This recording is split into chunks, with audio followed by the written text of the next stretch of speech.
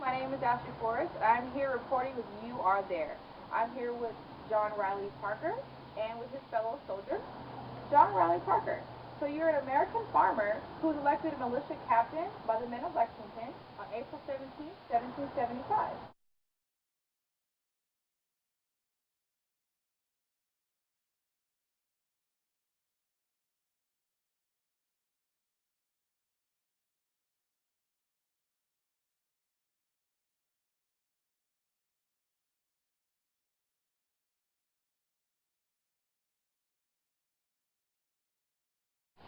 So John, I'm going to ask you and your fellow soldier a couple of questions. So how did you bring these men together to form this militia? Well, most of us, we wanted to defend our land, our farms.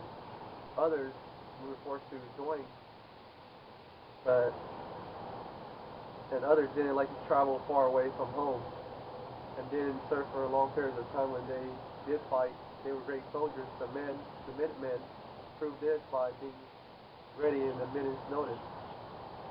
That's good. Very interesting. Thank you.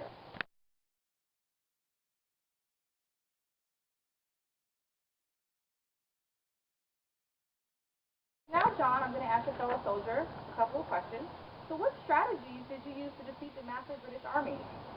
The British Army was intimidating with their big numbers of red uniforms. However, we were clever and used the Indian-style guerrilla warfare to our advantage through a series of surprise attacks, continuously harassing the Loyalists and disrupting their supply lines, and we courageously overtook the British forces.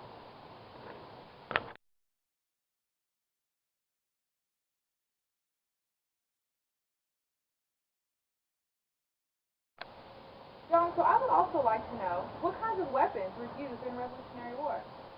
The most common weapons we used were muskets, and called Charlieville. We also used pistols for up-close targets.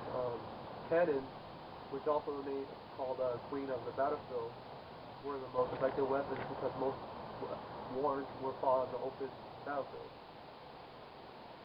Okay, so from that, how did you encourage your men to use weapons during war?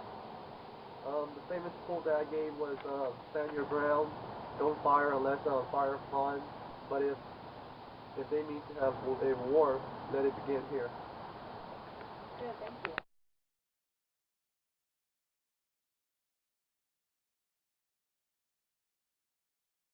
So I'd also like to know, what struggles did you go through during the war?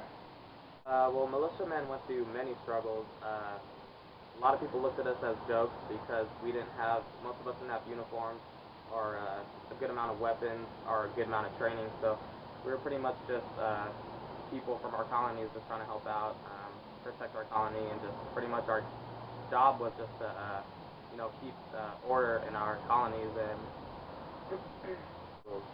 we were known not as part-time soldiers because we stayed close to our colonies because the 13 colonies didn't have an army or a navy, so that's where we started as militiamen, just as to keep our colonies safe, just to keep structure in our colonies, just to make sure everything was working right. But not too many people took us seriously because most of us didn't have uniforms, we weren't well trained, we were lightly armed, just not well equipped, not anything. And even George Washington complained about us at times, and we had a reputation for fleeing in the face of danger, of war starting, but we did fight and we did do what we need to do to protect our colonies and to serve our people and help out.